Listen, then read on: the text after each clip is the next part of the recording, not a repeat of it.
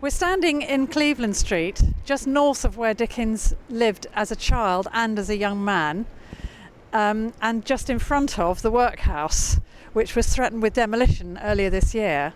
Luckily, I joined the campaign to save it, and in the process found that Dickens had lived absolutely in this street within 9 doors of the Workhouse for 4 years before he wrote Oliver Twist. And so the chances are this building was the inspiration for that novel. In researching the street, I've unearthed so many interesting things. Connections with the plot, names, street names, all sorts of things, and not just for Oliver Twist, for other novels too. It's really fascinating. I'm in the pub across the road from the Workhouse at the moment, in the corner bay, and from this corner bay I can see the house that Dickens lived in this street, and also the Workhouse. It just shows you how close they are together. On the maps there's only 9 houses in between, 9 doorways in between his house and the Workhouse. And I found it purely by luck and good. My husband says it's Pasteur's story about chance favouring the prepared mind. I was ready because I'd already written about a doctor who'd worked in the Workhouse. And once I started researching the street, and I discovered Dickens had lived here.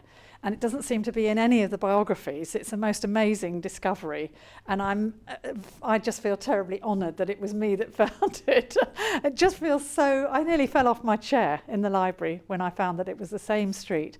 And to find that the house is still there is really extraordinary, both the house and the Workhouse.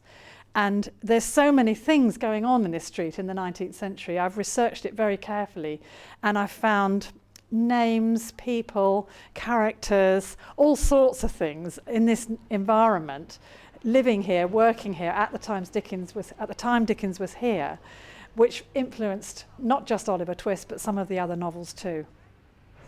We're just in the street behind where Dickens lived and just south of the Workhouse. The GPO tower is just a block north, the telecom tower is just a block north of here.